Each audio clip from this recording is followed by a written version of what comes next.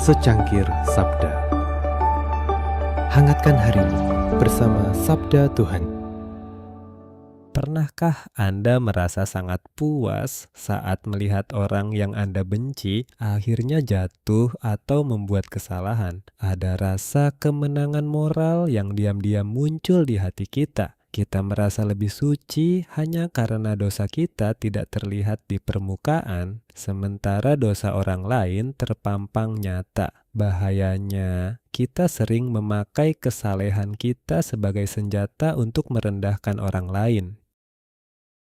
Hari ini kita akan bicara jujur. Tuhan tidak butuh daftar kehebatan Anda. Sebab doa yang paling didengar Tuhan bukanlah doa yang paling puitis, melainkan doa yang paling telanjang di hadapannya.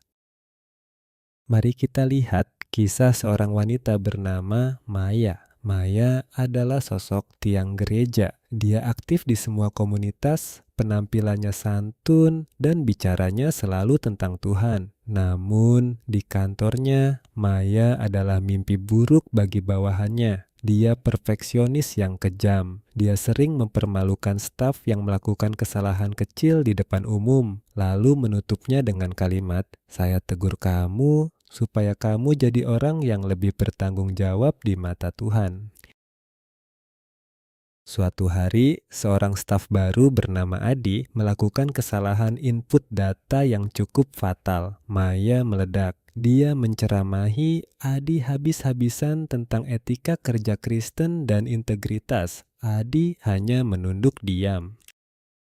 Namun sore harinya Maya tidak sengaja menemukan catatan di meja Adi. Bukan catatan protes, melainkan jadwal pengobatan ibunya yang terkena kanker stadium akhir. Ternyata selama seminggu ini Adi kurang tidur karena harus menjaga ibunya di rumah sakit setiap malam sebelum berangkat kerja. Maya terdiam. Ia merasa seperti baru saja ditelanjangi oleh kenyataan. Selama ini ia merasa suci karena ia tertib, sementara ia melihat Adi ceroboh. Ia merasa punya hak untuk menghakimi karena ia merasa lebih dekat dengan Tuhan.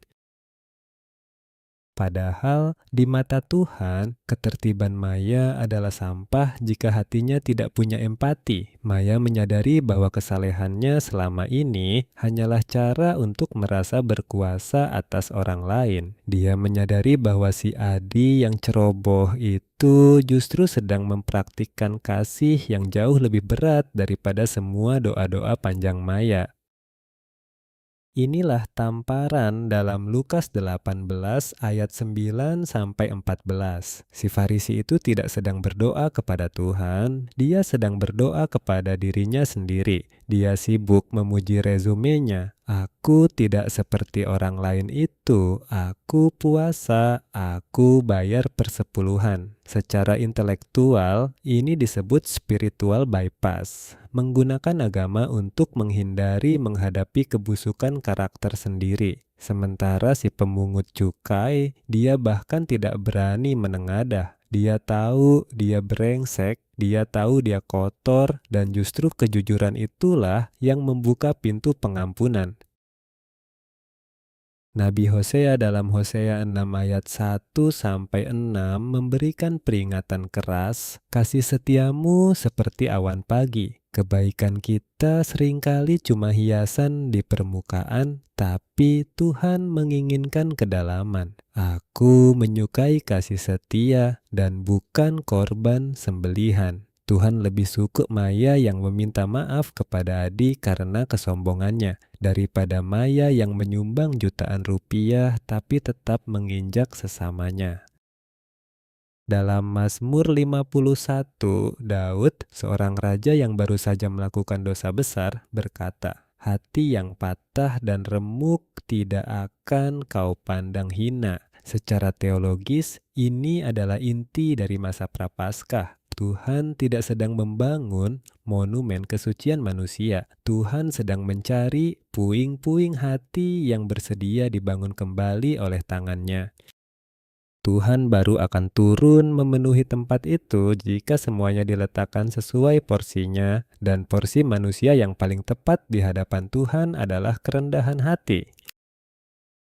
Apa yang bisa kita lakukan hari ini agar tidak menjadi si Farisi modern? Jangan cepat menghakimi. Saat melihat kesalahan orang lain, ingatlah bahwa Anda tidak tahu beban apa yang sedang mereka pikul. Akui sisi gelapmu, luangkan waktu 5 menit untuk jujur pada Tuhan tentang sifat burukmu yang selama ini kamu tutupi dengan topeng agama. Minta maaf secara nyata. Jika kesombonganmu telah melukai seseorang, pasangan, anak, atau rekan kerja, jangan hanya minta maaf pada Tuhan. Datangi mereka dan akuilah kesalahanmu. Mari kita hening sejenak. Tuhan Yesus, ampuni kami yang sering merasa paling benar. Hancurkanlah tembok kesombongan kami yang kami bangun atas nama agama. Berikanlah kami hati yang remuk dan tulus seperti si pemungut cukai, agar rahmat-Mu bisa mengalir masuk. Ajarlah kami untuk lebih mencintai manusia daripada sekadar mematuhi aturan tanpa hati. Amin. Pernahkah Anda berada di posisi Maya atau justru di posisi Adi? Mari kita berbagi refleksi jujur di kolom komentar tanpa perlu saling menghakimi. Tuhan Yesus memberkati.